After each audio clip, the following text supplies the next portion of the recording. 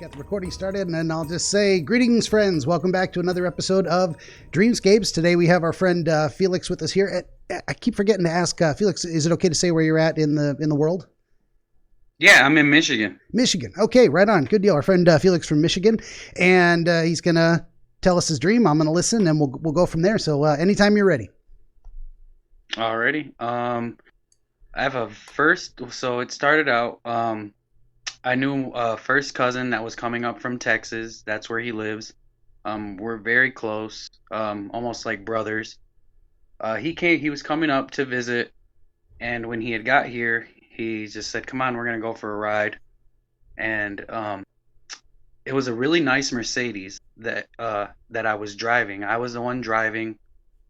He was in the back seat, and I just basically hear him say, "Hey, we're gonna go rob this guy. We gotta go hit this guy." And I'm like, I couldn't talk. I wasn't really saying anything. I was just driving. So we're driving. We pick the guy up, and I know who he is. His name's John Bennett. And my cousin just starts beating the crap out of him in the back seat. But as we're driving and we pick the guy up, the car changes into another car. It was a smaller car, like a two-door. I noticed that it changed, but it didn't really bother me because I was just driving. I couldn't really see out of the sides of my windows. I was just driving straight. My cousin pretty much was just beating up on this guy really, really bad in the back seat.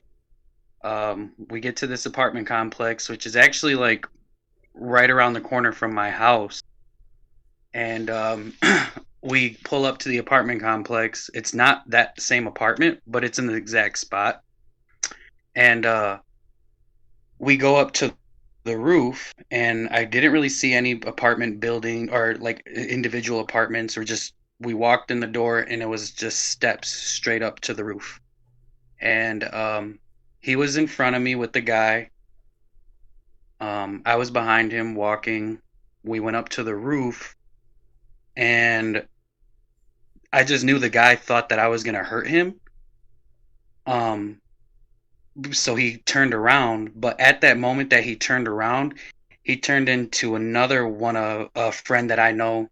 And I don't know if they know each other. They might, but my friend Franklin, he turned into Franklin, and I was like, "Yeah, no, I'm not going to hurt you."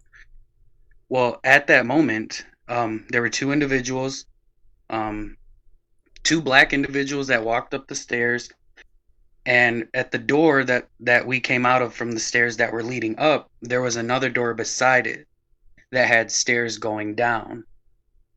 And as soon as my friend Franklin, who had now turned from John to Franklin, he seen the two gentlemen. They walked in another door that was on the side, and that door was just stairways going down. There were two separate doors, one stair that led for stairs going up. The second door was for stairs going down. And Franklin was like, "Oh, really? Is that what this is?" And he's instructed my cousin to give him the gun that he had, and he gave him the gun, and he walked downstairs to this apartment, and he was talking to a gentleman. It wasn't the two black gentlemen that walked down the stairs. It was just somebody else. And I knew that he was holding a little girl's hand. And I was kind of like looking down from where I was at on the roof, because the apartment window kind of sat. So I had to look down, kind of crouch down a little bit. And I could see the gentleman talking to the guy who was holding a little girl's hand. And he's like, "I'm not going to hurt her. Don't worry about that." And he killed the guy. He shot the guy. I don't know what happened to the little girl. But then there were two little girls laying down, and they were sleeping. But they were laying opposite directions, but they were laying next to each other. They were both young. One was probably like 11. The other one was probably like 8 or 7. And he walked right up to the little girl who was wearing a black sweat outfit, who was the younger one. And he shot her in her ear to where you could just see the blood coming out of her ear. And then he went to the other girl who was wearing a gray sweatsuit. And I didn't see how he shot her. I just knew that he shot her. and I could see her face, her reaction, and it was just her eyeballs and her teeth that I could see, and it was just the pure shock. And so my cousin left after I seen that. He just went back to Texas. I already knew. I didn't see him leave or anything. I just knew that he was there in Texas. And I was back at my house. Well, actually, I was back at my mother's house. And I remember a black matted out like Dodge Challenger pulled up with tinted windows, and it was the guy Franklin that we robbed. And he was wearing a turquoise polo, and I was just like, Mom, whatever you do, don't open the door. Just continue to work, like you're doing working from home, and just don't open the door. Just keep working. And that was pretty much it. I woke up. I wasn't really, my heart rate wasn't elevated. It wasn't nothing that I wasn't upset about. I was just like, wow, what does this mean? I was really confused when I woke up. And I was thinking maybe even too that it might have something to do because tomorrow is the 1 year anniversary that my father passed. So I'm thinking maybe is his death have anything to do with that or what? It was just really confusing. I didn't know, and that's when I reached out. I'll just show you here. This is just real quick. This is what happens. I get all these notes. I can't even hold them all. Anyway, and then maybe we get more. We'll see. But this is now down to the okay, what the fuck does that mean phase? Before I jump into it and start making suggestions or pointing at things that I think might be relevant, as you were going back through that second description, did you have any moments where you're like, oh shit, that makes sense? Like you got a little bit of that with the John Franklin comparison. I think there was something there, but did anything stand out to you? Like, here's what makes sense about that. I wasn't really sure what the message is. I mean, I feel, obviously I've read a little bit of books loosely about Sigmund and Freud, and a little bit about dream interpretation and colors and certain things having meaning. So I was analyzing and stuff, but nothing really stuck out other than the fact that the black car, and it was matte, and then his turquoise shirt. Yeah. That was the really thing that stuck out. I'm not really sure whether it was just more so that I just didn't trust the situation, and after everything had already happened from the first part of my. Yeah, for sure. And there was something that felt off with that. And this is the first time I think you did mention colors with the girls, black and gray. Yes. But I don't think there was any other representations of colors other than a black Mercedes Benz. I don't know. Also, if I said the black Mercedes. I think you did. Yeah, you did. So it's interesting this is the first time it was a color that was not black or white. So it was very much something different. I think we can focus on that first too, is that there's something about he's coming to the door. He's not telling you the truth. He's trying to get you to come outside, and you're like, I'm not having it, especially in light of everything that happened. So I think maybe there's something there too with the idea that it's this Franklin character that was, it's very interesting too, because you had a situation where you've got a guy that you maybe wouldn't feel as bad if he got robbed, because he's not that he's a bad person, but that, well, you would expect it for his lifestyle, maybe, John initially, but then he becomes someone else that you maybe have a little more, I don't want to say respect for, but you're looking at general regard. You just approve of his life choices more. You're like, he's doing it right. This other guy, he's still kind of making mistakes, and but then to have him, this person that you would say he's generally a good dude, and to have him then go to a place where he's shooting a guy, not the little girl, but the other two girls. And there's something that each of those things represent. And the idea of Franklin is killing those ideas in a way that, girls, especially sleeping girls, just laying on the floor, very vulnerable, susceptible to, easily damaged, easily dealt with. And he does, he just, immediately does it, but in a way that, that you're I would say in your waking mind, you're probably uncomfortable with that. I would assume Yeah, both of us for sure. do For not sure. do not condone just randomly murdering little kids. So there's something Yeah. about that image of putting this idea that's going to die into this form of vulnerability and something that makes you respond to it like, I'm not happy to see that happen. There's something in there. So what am I trying to say? There's probably some area of your life where you want to be more like Franklin, but in order to do that, you have to let go of something else. That idea of becoming more like Franklin has to kill off this other idea that you're maybe reluctant to let go of. Does that make sense in some way? Can you connect it to anything? Very perfect sense. Yeah. What do you make of it? What's your thoughts on that in terms of what you're going through? I think a lot with my relationship, there's a lot of trust issues of why. And since that seems to be, well, first I want to say it seems like it's a little bit mutual on both sides. You both kind of did some stuff and you both had things to forgive in the other person. And so it isn't like one person was all wrong and the other person was a saint. Yeah. Yeah. Okay. Definitely it was both, a dual contribution. Yeah. And that's more drama, but at least it isn't an imbalance in the relationship. It's sometimes where there's the biggest problem is when there's one person did nothing wrong, the other person screwed up royally, and even if that person doesn't hold it over the other person's head, that person feels guilty for the rest of their life. But now there's like mutual guilt, so you say, we both fucked up. It's a much easier to have a eye-to-eye relationship in that regard. So when you can both forgive each other, you both did some wrong things, and you're both being generous. That's good. That's probably why you're still making it work in a way. Because that balance is there.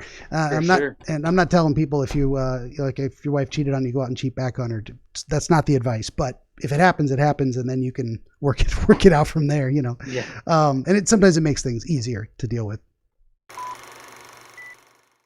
And then I even started thinking about, does it have to do with my job? Because I haven't been too happy at my job lately because of COVID, and there's been a lot of restriction, or not a lot of restrictions. There's been a lot of policy changes with no, type of announcing anything. It's just pretty much, hey, this is we're going to do this. If you don't do this now, we're going to have to let you go.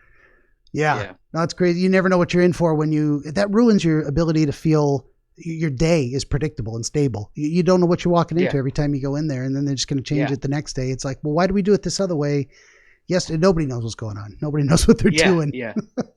Yeah. So, I just, and that was what it was. I feel like, and from loosely thinking, not to go too deep into that, it's, nobody was really prepared for this, but us being, me, that I'm a cook and I work in the healthcare facility. Yeah.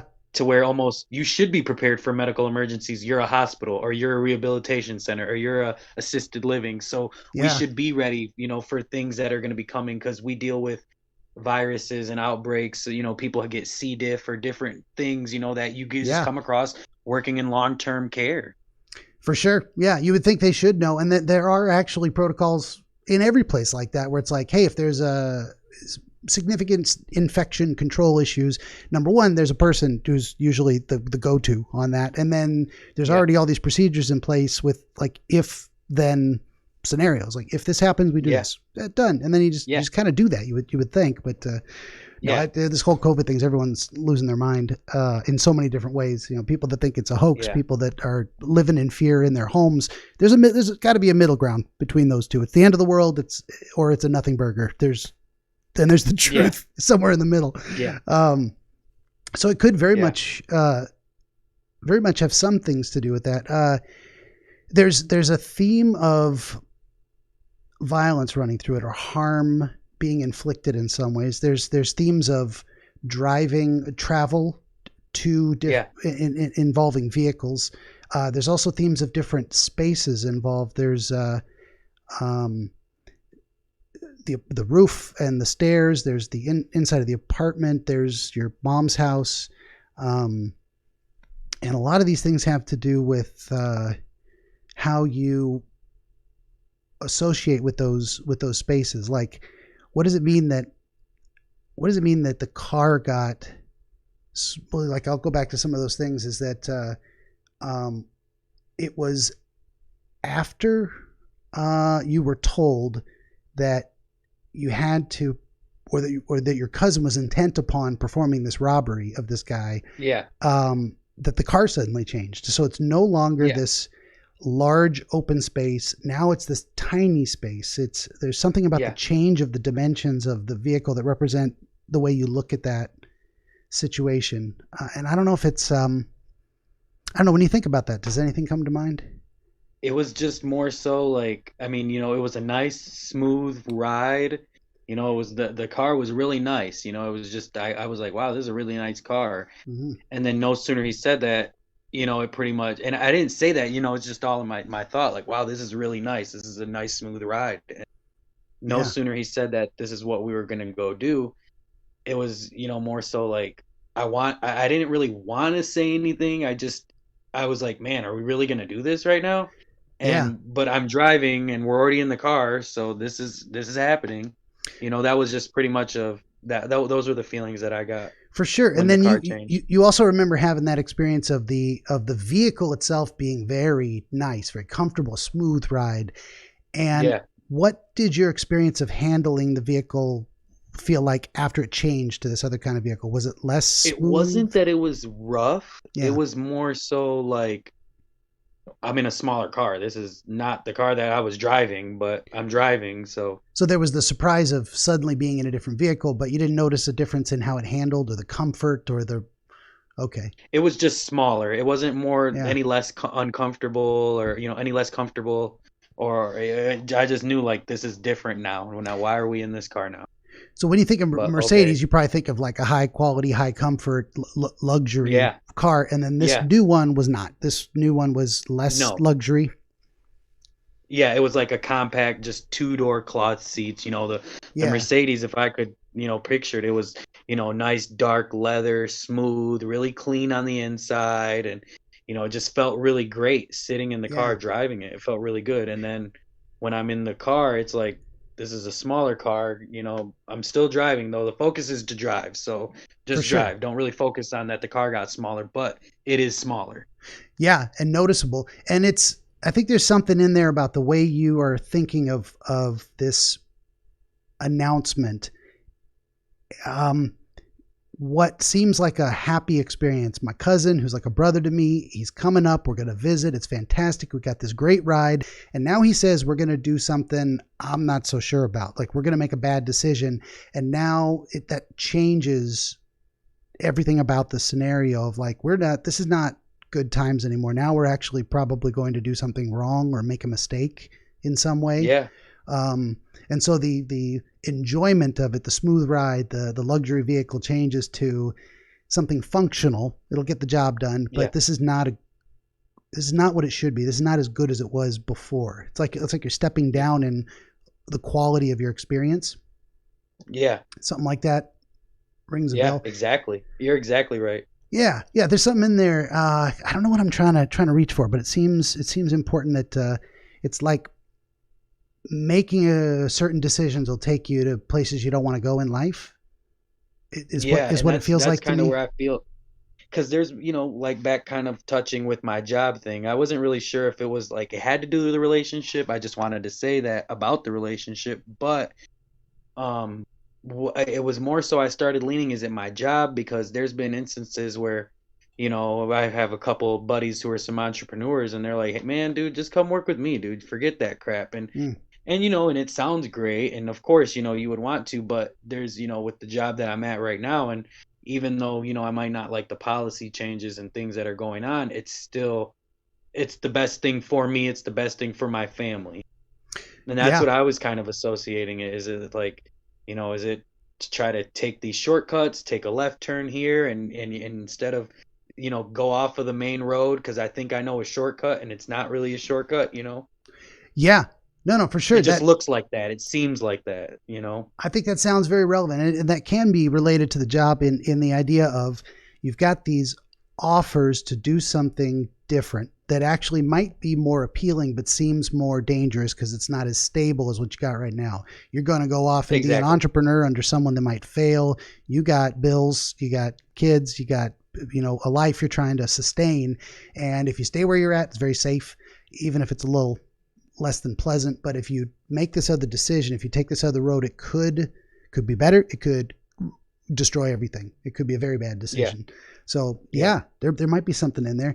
I wonder if, if we continue down that road and try and keep matching it up to like job opportunities and life choices, there's something about going to rob John that would relate to making that decision to say, start a new job that might fail. I'm not sure how to connect those dots. It would be like, and that's what does John represent? I'm not sure if that's about the job either. Yeah. I'm trying to make sense because I'm confused as hell. Like, what does this mean? What does me too. All this mean? For sure. And that's one viable angle. And I think what we do is we just look at all those. There's something I do is called rattling doorknobs. And I just like, that door didn't come open. Maybe that's not what it's connected to. And then again, you have all these sudden transitions in your dream too, where like it'll show you something small, because that represents an idea. Like, here's how all these real life pieces fit together in this one concept in your mind.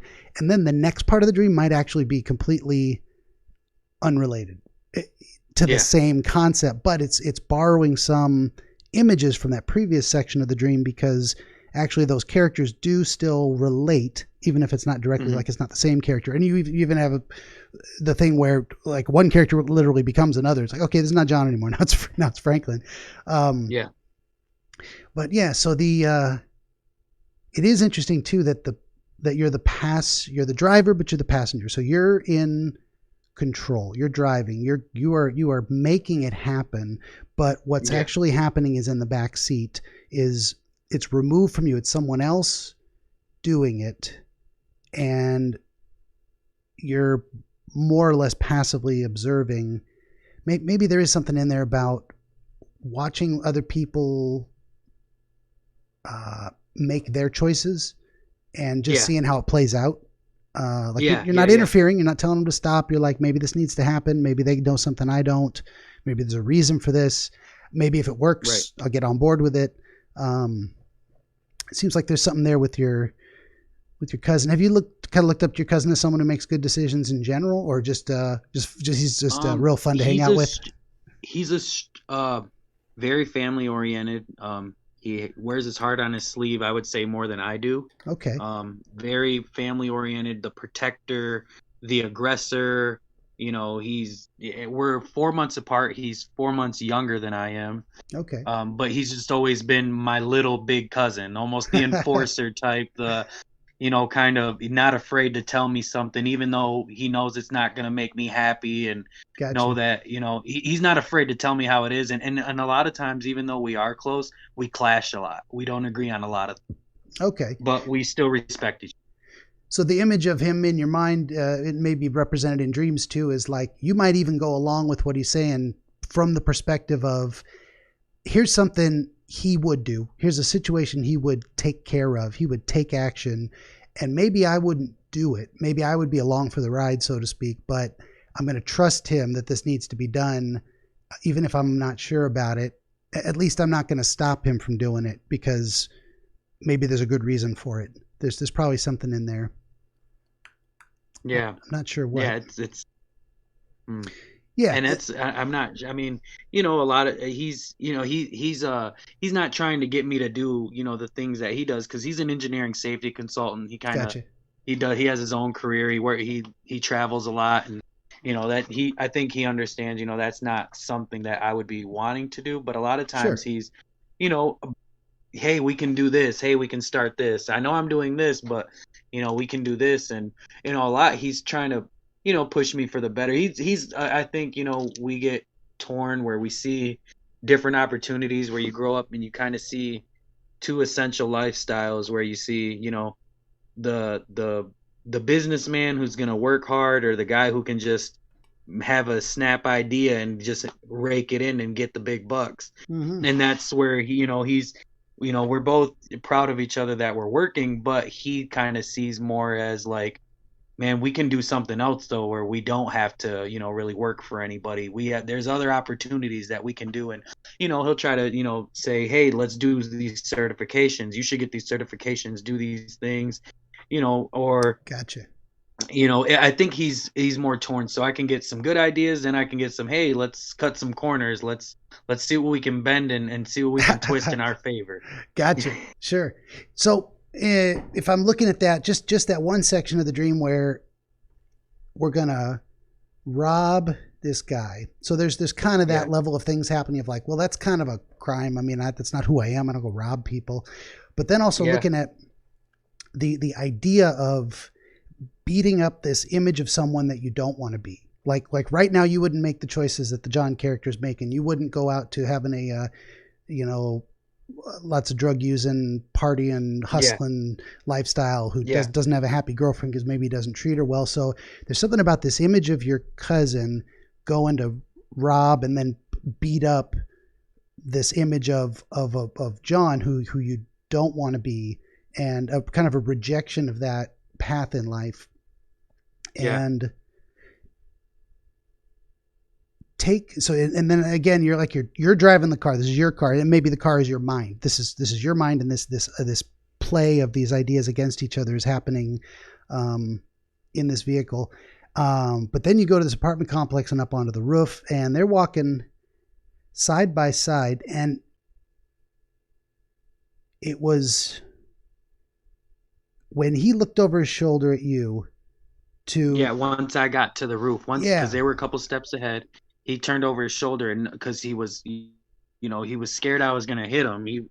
I knew he was worried that I was going to do something. And no sooner he turned his shoulder, he became somebody else. And that's when I was like, I'm not going to hurt you. And it was after he turned into Franklin that you said, I'm not going to hurt that I wasn't you. Yes. Gotcha. Yeah. That's what I was looking at too, is like, there's something about this setting of being up on the roof. And what is it too? You've climbed stairs, you've traveled to a place, and then you've ascended to this place. What is it? I'm not asking for an answer. Maybe you have one, but what does it mean to go upstairs and to be on at an elevated place? That can play into it sometimes too. There's a lot of these images where it means something important to go up to a place, and it can be metaphorical of ascending to achieve a height where you can look down and get a better view, or where you can, it's like metaphorical of achieving understanding, enlightenment, of gaining a different perspective on certain things. There's something in there. I don't know if any of that is resonating with you. Well, I think you got another phone call. You might have frozen a minute. Yep. I'm back. Nope, I'm good. I'm good right now. I was just catching a little bit loosely in and out. What were you saying? Okay, sorry. No, I was kind of rambling too, and I might. It's probably better if I. We got another cat here. Hi, Cece. So my wife's mother had this cat like forever, and thought it was a girl originally. Named him Cotton Candy, and we just call him Cece. So this is Cece. They all come and lay on my papers. No, I was just trying to kind of wrap my brain around why this apartment complex. It's very near your house, but not that specific place, because it's not that specific place. But why then this one long straight stairway that takes you to the top? Why go upstairs? Why the roof? And again, I'm not kind of thinking out loud. I don't expect you to have an answer. And I was just speculating that there's very often like metaphors or feelings we have about these kind of places of what does it mean to climb stairs to a destination. It was almost like where the stairs, like, was the apartment. I was unsure. Are we gonna, are we gonna kill this guy here? Like, what's gonna happen once we get here? It was just, we're going up the stairs and we're going to the roof. I'm following them. I don't really know what's going on, but this is what's happening, and I'm following. And then no sooner, I get and walk through the door, John gets scared. But right as he's turning, he turns into Franklin, and that's when I'm like, I'm not going to hurt you. And then those two gentlemen walk after. And I don't know why we were there. I don't know what the purpose was. I didn't know if I was tired of, I didn't feel like I was tired of walking up the stairs. It just felt like this is where we had to go. Yeah. We had to take him here. That's what I'm thinking too, is that there's some purpose in your mind of going to that location, something that location represents in terms of the John's transformation into Franklin that needed to happen, and that the idea that you had to, like we were talking about earlier, that those stairs had to go up to get to the roof, and the roof was the path you had to start from or achieve first to then be able to go back down these stairs into this other place. So there's something about because there was another set of stairs next to it from the stairs that we ascended to. There was a door that pretty much had stairs that descended down. Yeah, and it only went down one little level, and it's almost like this, there was no other way to get to that place, that room, but to go through that path. So there's something, I think there's something there. We may never figure it out, but I think there's something there about why the stairs to the roof. Why does it have to be that elevated place? Why is that the only path to this other place? Maybe if we understand what that other place is, it'll give us a clue as to why going to the roof, going up high. That's what I was spitballing earlier, is what does it mean to get elevated? And it's often mixed up in our brains and culture with metaphors of gaining enlightenment, like climbing the mountain to the temple to speak with the guru, or climbing the ladder of or stairs of education to gain understanding and wisdom. There's all these kind of attaining a higher place. The ladder to success, if you will. Yeah, and that may be with it too. I don't think it was one of those. Sure. Yeah, it might not have been. No, I'm throwing out a lot of stuff here. It's like, where's my brain? Where's my brain going with this? What are those connections? And then that's when I came back to there's a lot of things that I've been mentioning. So it's like, there's so many different details. Some are specific, some aren't. Yeah. And it's a lot. There's a lot. Cause I talked to my aunt, and she kind of she tackles in all this, and she has a lot of books that she reads. And so she was, it was like, it's a lot. You really dreamt about a lot of things that happened. There were a lot of situations. A lot of content. Yeah. A lot of colors, a lot of behaviors, a lot of characters. So that's definitely part of what I do with my process is who are these people, or what do they represent? What are these people? And it's like I was saying, you have a dream, you just stab your dog or your cat, and it doesn't mean you wish violence, but there's something that image of the animal represents, and you're like, I have to do this behavior for a reason.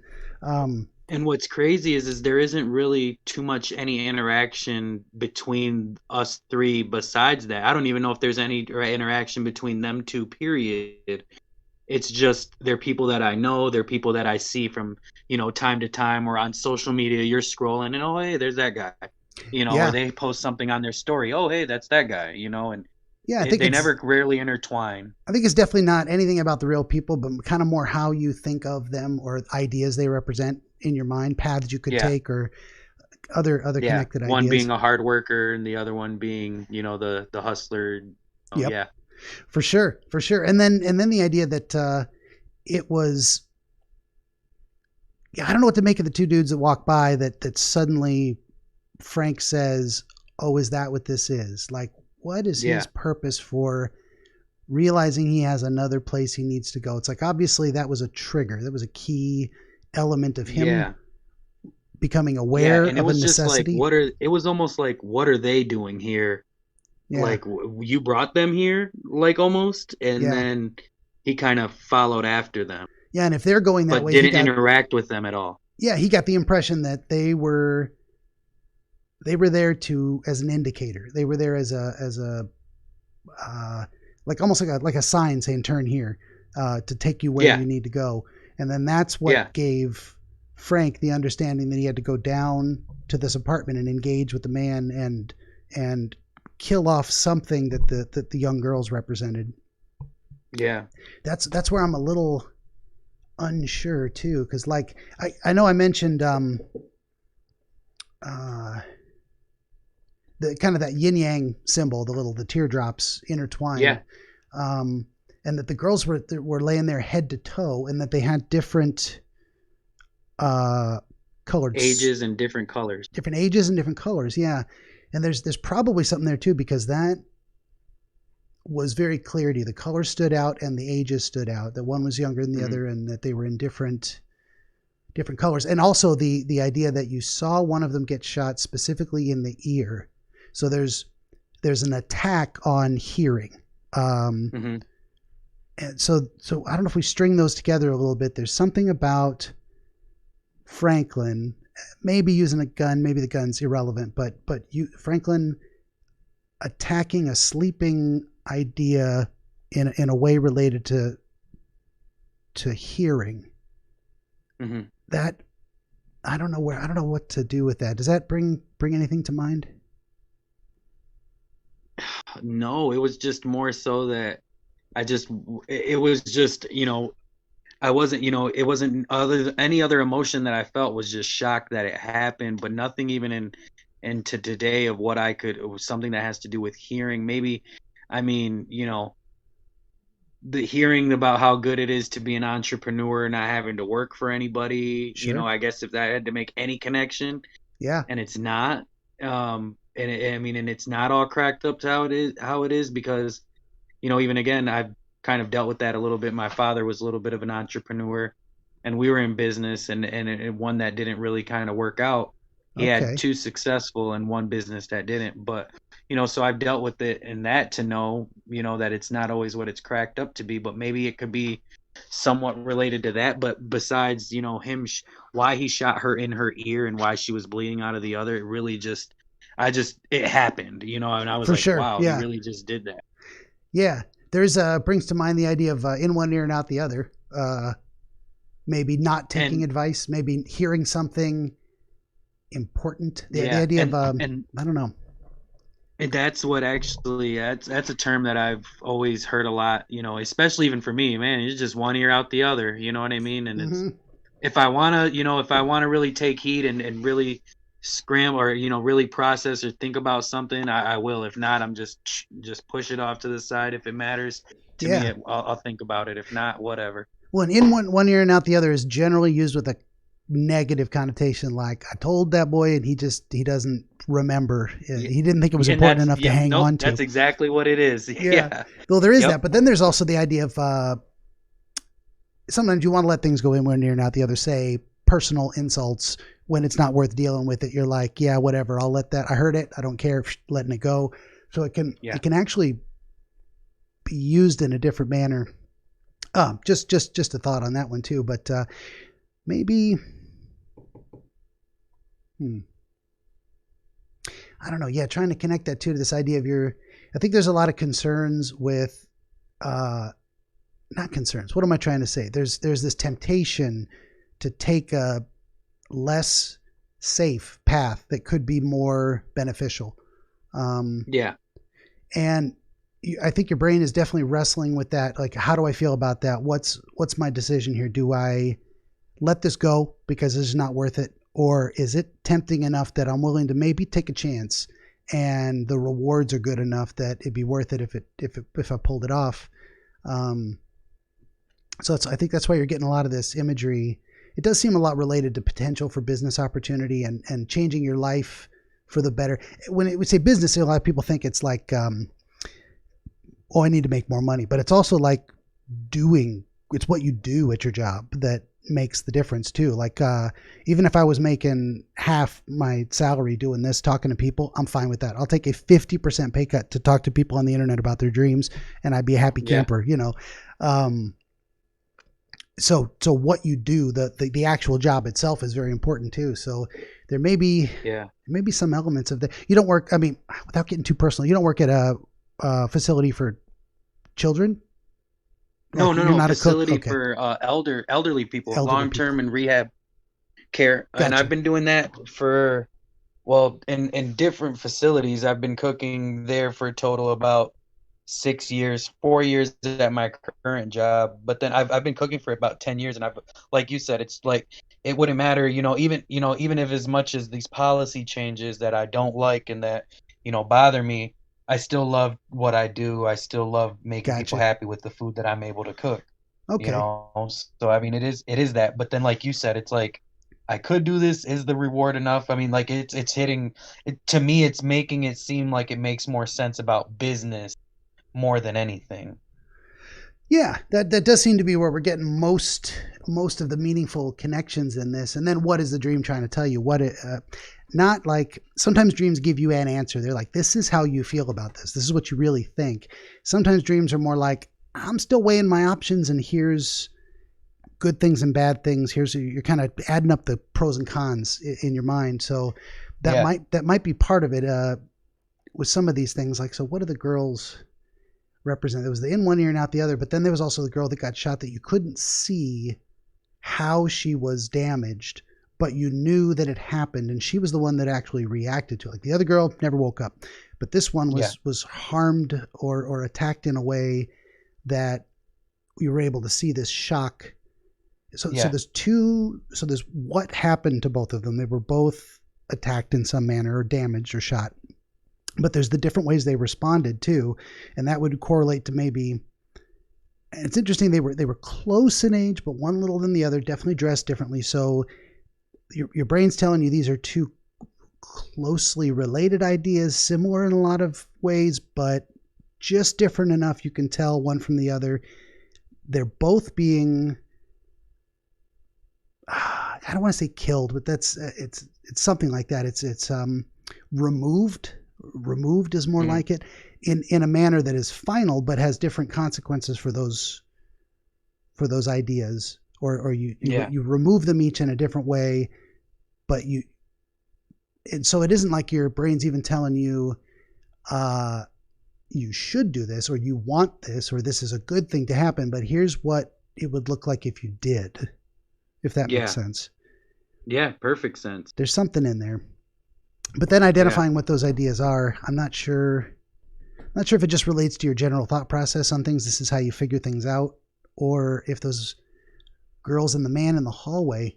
That's also interesting too, that you knew he was there. You knew Franklin was there to shoot him as well as the girls, or at least, I mean, we watched it happen when he did that, but you never saw him. So there's this hidden representation. There's something there that you don't see clearly, but that in your dream, you identify it as man, and you know the man is concerned about the little girl, and you know Franklin has to tell him, I'm not here to hurt her, which is an odd thing to do if you're going to shoot someone anyway. It's like he wanted to reassure him before he killed him off.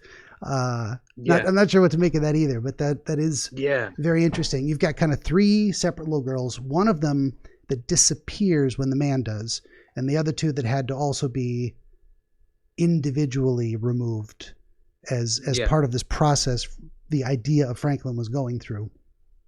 So if we kind of go with that business motif type of thing, I mean, you said Franklin's good man, he's got his shit together. You think of him as someone who's generally a good person that would certainly not in real life choose to just walk into an apartment and start shooting a bunch of people, but it's this image of what he is. If you value that, if you affirm that, if you choose to follow that path, you have to let go of some other ideas. I think there's something in there. So when you think of where your life is at and trying to become, say, more like Franklin in real life, what areas of your life would you have to let go of or downplay or eliminate? Interacting with other people who probably wouldn't morally be approved. Okay, fair enough. So that these people in the apartment that were shot by Franklin is, these ideas that are removed by the idea of Franklin, or the aspiration to be more like Franklin, could represent different types of people or different paths that you're rejecting. When you think of it, the man, the girls, people maybe in your life that you shouldn't associate with as much or get involved in their business or drama or whatever. Does something line up there for you? Does something connect? Maybe. I mean, yeah, because I see more so like, I guess maybe there's a situation that comes around that, another friend of mine, he's a good guy doing all the right things, taking care of his business, but there's just a way that he talks to people that it's kind of off-putting. I've never said anything about it or mentioned it to him, but it just, whenever he talks specifically or about someone, it's just more so like, almost like he has a little bit more harshness towards that other person.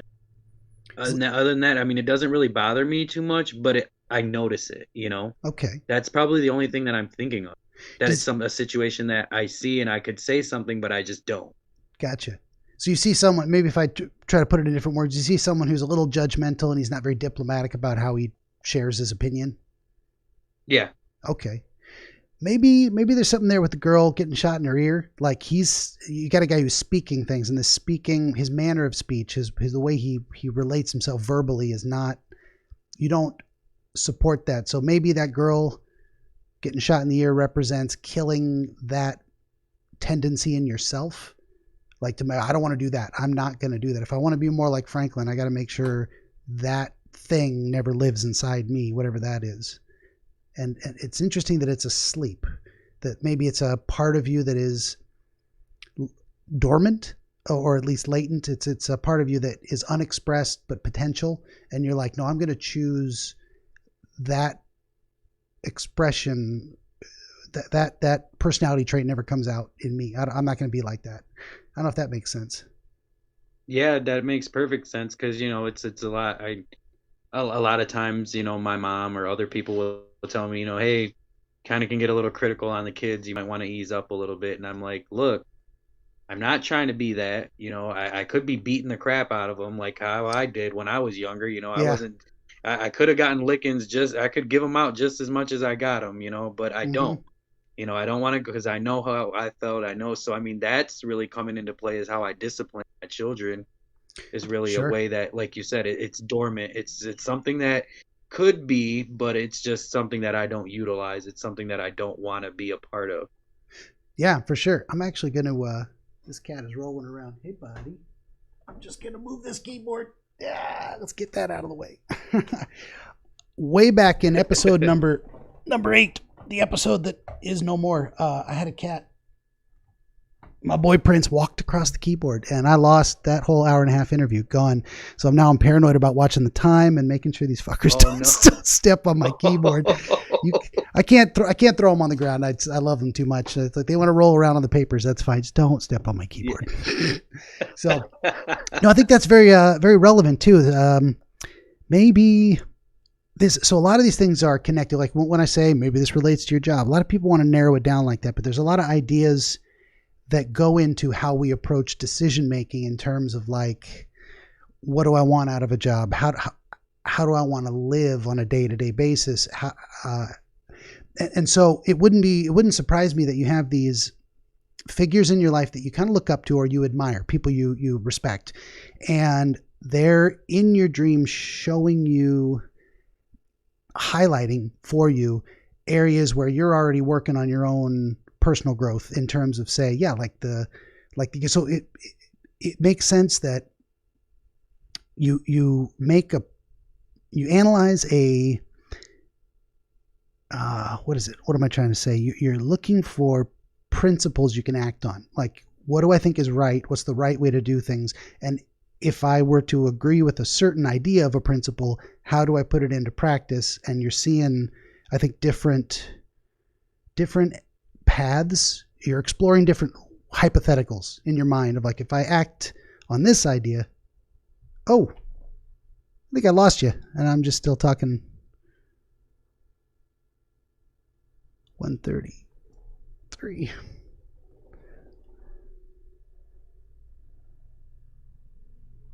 Are you back? Uh-oh.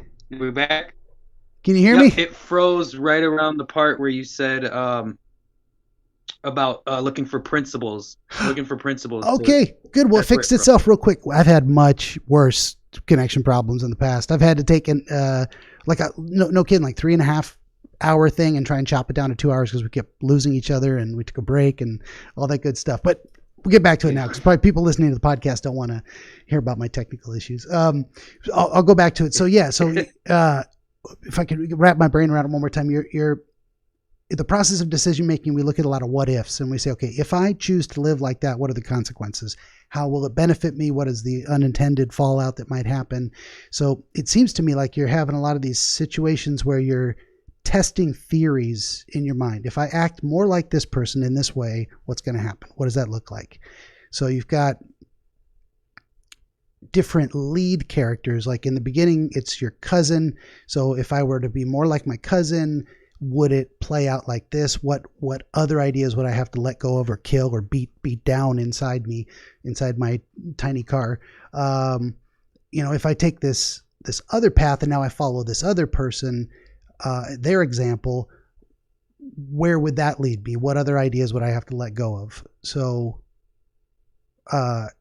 I don't know. I'm rambling now, but that's kind of where my brain's going with this kind of problem solving idea. It makes perfect sense because everything kind of relating into my decision making with how I'm living my life.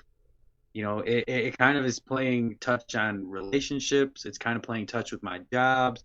It's even kind of playing touch with how I raise my children. I mean, it's hitting all of those things that when you're saying things and putting things into perspective, then I'm thinking, well, yeah, I'd have to let go a lot of things. If I got to be the family man that's doing the right thing, there's a lot of things, a lot of vices, a lot of, luxuries or things that I look at doing, that I'm going to have to put behind me.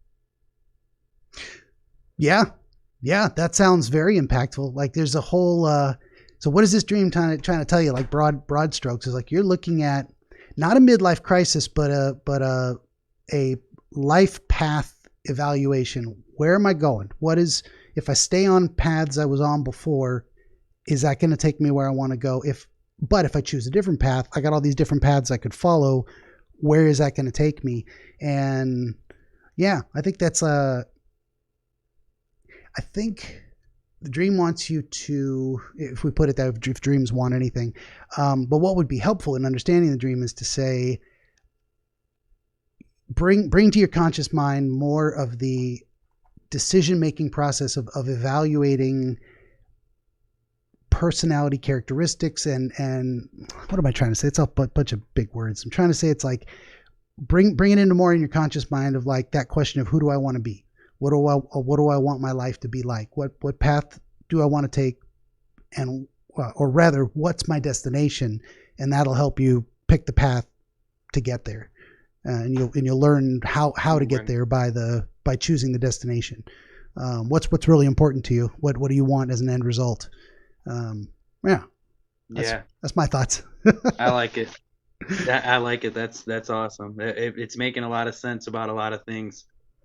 Very cool. Because it is like, I mean, at first I'm trying to think like, gosh, is all this death? Is it because of my dad and he just passed away? I'm trying to relate so many things, but it's almost like the dream kind of almost touches on everything. It does. And actually, I completely forgot about your dad. It makes so much more sense now in relation to that, because now that he passed, you're more aware of mortality. You're like, okay, wait a minute, my dad's dead.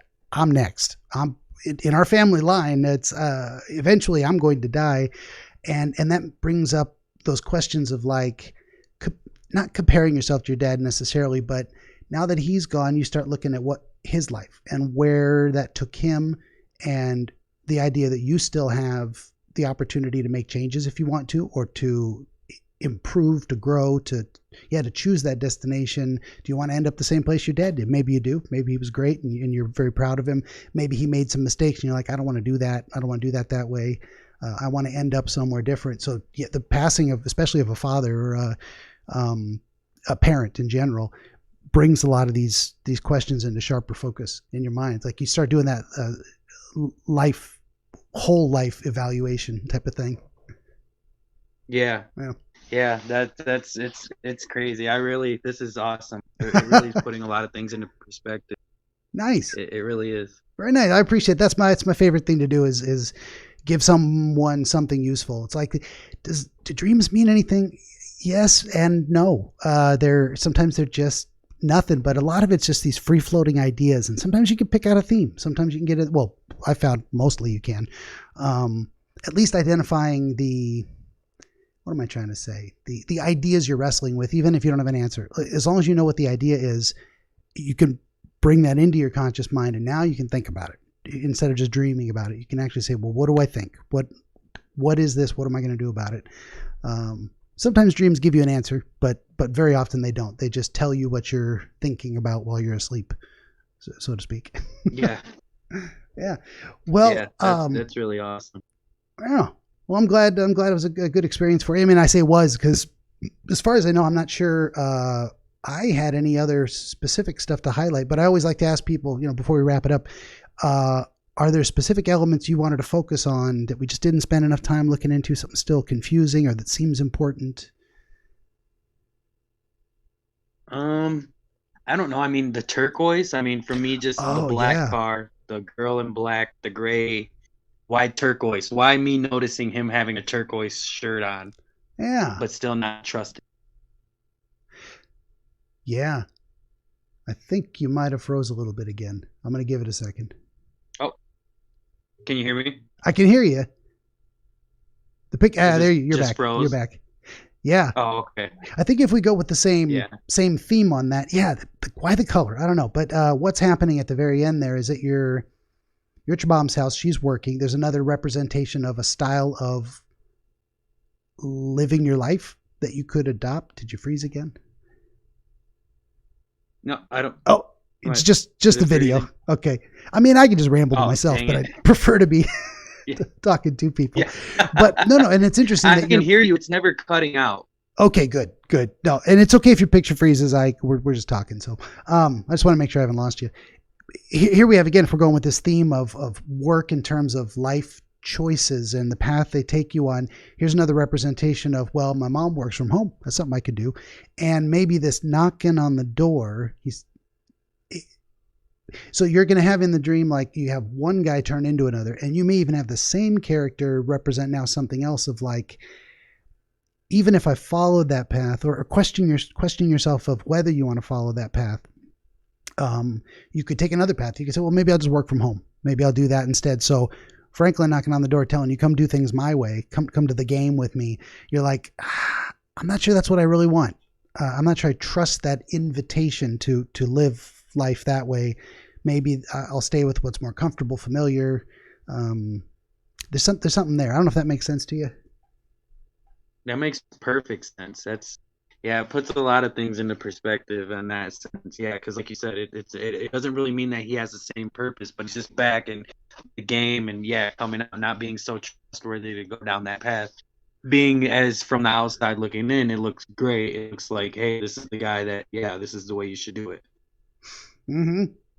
So you're still a little undecided about which path to commit to, which role model to embrace, and role models are role models because of their characteristics that allow them to be successful in whatever they're doing. They model the role that they're playing. Yeah. Wow. Yeah, that's really cool. I like it because now that really does it. It makes a lot of sense. Thank you very much. Why turquoise? Yeah. I don't know. Other than that, though, it was really. I mean, you were really spot on helping going down each avenue, and that's the way I kind of try to. Because I think you had asked that is, maybe how you decision, maybe you analyze things, and I try to. I don't want to do things from a biased standpoint, or I mean, yes, I want to have that gut feeling, but I still want to have an educated approach to it, and not just I'm just gonna go in and handle it like this. I try to handle things in that manner. Oh, for sure. Yeah. I mean, I think that's a wise choice for just about anyone. There's overthinking things, making it too complicated, but then there's just thinking about it enough to make a good decision. Did I thoroughly consider what this would take? Am I capable of it? What's it going to look like if I do it? And am I happy with that result? All of that type of thing. So right. Trying to think things through is taking the time to think things through. You don't have to make any decisions right now. That's why I like that idea of percolating. You put the water in, you put the coffee grounds, and you push the button, and you got to wait. You got to wait until the coffee's done. Yeah. Then it's ready. Then it's percolated. Then it's coffee, and you can drink it. So sometimes these ideas of thinking through things are just got to let the coffee percolate. Can't rush it. Yeah. Yeah. Understandable. Perfect. So, that's awesome. Good deal. Well, yeah, if you're satisfied, we've gone as far as we can with the content. Maybe I'll say goodbye, and then we'll talk for a minute afterwards. Oh. Yeah, not very long, just a little brief, sounds good, debrief type of thing. So yeah, I'll just say to everyone listening on podcast or watching on the website, thanks for joining us for another episode of Dreamscapes. Thanks again to our friend Felix for taking us along on a journey into the corners of his mind and letting us get a glimpse inside. I'll say to folks, like, share, subscribe, please. I'd really love to do this for a day job. Look in the links below for podcast links and different stuff. Join me in the Discord and say hello to people. And that's it. That's it for this time. Thanks for listening.